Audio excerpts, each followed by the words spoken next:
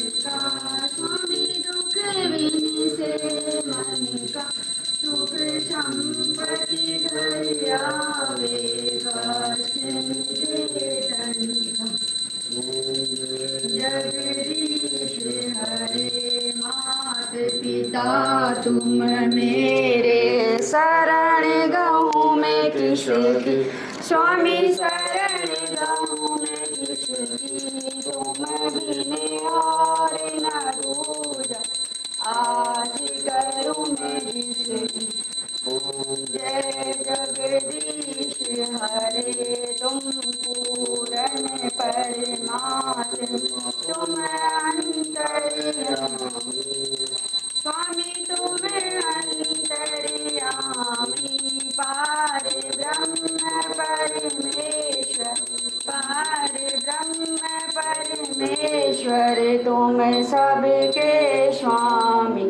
ओम जय जगदीश हरे, तुम करो सागर, तुम पालन करता, स्वामी तुम पालन करता, मैं मूर्ख खल कामी, कृपा करो हरता।